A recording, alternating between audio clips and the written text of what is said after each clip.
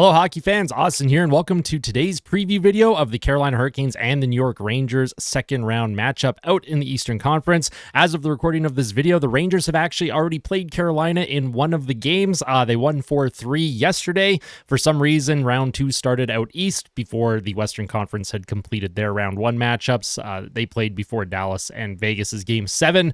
So even though they've already played a single game, it doesn't change how I'm approaching my preview and prediction for this series. I already have my prediction made from my NHL bracket, which I submitted in the bracket challenge. So it's not like I'm just suddenly looking at the result of game one and changing everything up. I think this is going to be a long series. I think it's going to be a full 7-game series. I don't think it's going to end early, but there is a lot to discuss. Now, for those of you who are tuning in, you'll know that I usually do Oilers content. However, I do like to branch out and do other hockey related content. This is called Austin Hockey, not Austin Oilers. So if you like the extra content and you want to see more, make sure you hit like, make sure you hit subscribe if you're not already, and we will jump into the preview prediction video here. So, looking at the playoff stats so far, Mika Zibanejad, he leads the Rangers in scoring. He has 3 goals, 7 assists for 10 points, and he's a +2 rating, so he's 2 points per game. And Seth Jarvis leads the Carolina Hurricanes in scoring. He has 4 goals, 4 assists, and is a +4 rating. Now, the Hurricanes, they are 4-2 in these playoffs so far, including the loss against the Rangers yesterday.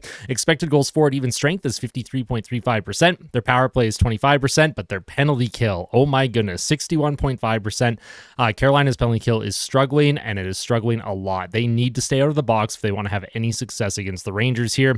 They score 3.67 goals per game, and they give up 2.67 goals per game. So Frederik Andersen in net, he's played good. I would say he hasn't played amazing, though. Looking over on the New York Rangers side, they are 5-0. Their expected goals for at even strength is only 47.38%. However, I do think that number is a little bit misleading. The Rangers, yes, they aren't, they don't generate a lot, but when they do generate chances, they are of the very high danger look. And yes, they do get outshot in a lot of games and outchanced. However, the Rangers are very effective at keeping you to the outside. They don't let a lot get into the middle of the ice, and they are more than happy to just let you cycle around the perimeter all day. The Rangers, as a puck possession team, they don't possess the puck nearly as much as their opponents so far. The Capitals, they played pretty well. Not amazing, but they played well. The Carolina Hurricanes are a team that is all about puck possession. And in game 1 against the Rangers, the Hurricanes had, I think, triple the amount of offensive zone time compared to the Rangers. But the Hurricanes, they were really struggling at getting anything in high danger areas. They were getting a lot of their shots blocked by the Rangers. The Rangers play a certain type of defensive system that it really limits chances. And when they do get on the attack, they have absolute game breakers on their roster. Their power play is clicking at 44.4%, which is crazy good.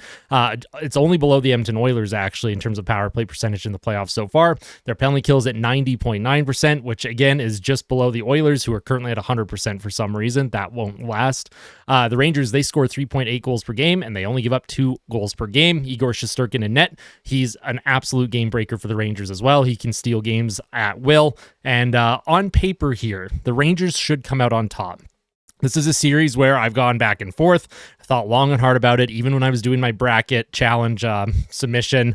But at some point, the 5-on-5 production for Carolina, it's going to, I think, overcome the Rangers' 5-on-5 production. Now, if the Carolina Hurricanes do not stay out of the penalty box, the Rangers are going to feast on them, and this is going to be over in 4 or 5 games. So Carolina has to stay disciplined, and they also need to start killing penalties, because that penalty kill percentage is terrible. And the Rangers, they are a very, very good special teams team. And for Carolina, that's the difference maker in this series. I think the Rangers, they have the better special teams, and they have the better goaltender.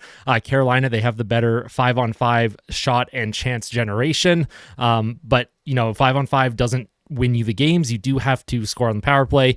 You do have to kill penalties, and you do need to make saves. I think as this series progresses, I really do think Carolina does find a way to come out on top. My prediction is Carolina in 7. I'm going to have a lot of Rangers fans not happy with this prediction.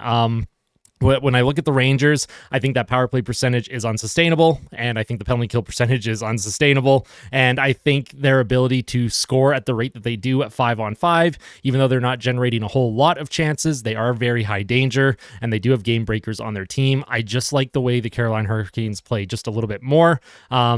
Honestly, though, this is probably a series that the Rangers could win in 4 or 5 games, especially if Carolina does not stay out of the box. So don't be surprised if the Rangers do come out on top. Don't be surprised if Carolina's special teams do continue to flounder a little bit. But in terms of my own personal prediction, I'm sticking with what I went with on my bracket challenge from before the playoffs even started. My top 2 teams out east, I've picked Florida and Carolina, and out west, I've picked Edmonton and Dallas. So those are my top 4 predictions for each conference. I want to hear from you, though. I want to know your predictions for this series. Let me know in the comments section below. As always, if you like these videos, make sure you hit like. If you really like them, make sure you hit subscribe. Tell someone that you love them today, all right? I will see you in the next one. I really appreciate all the support. It means a lot. Take care, everyone.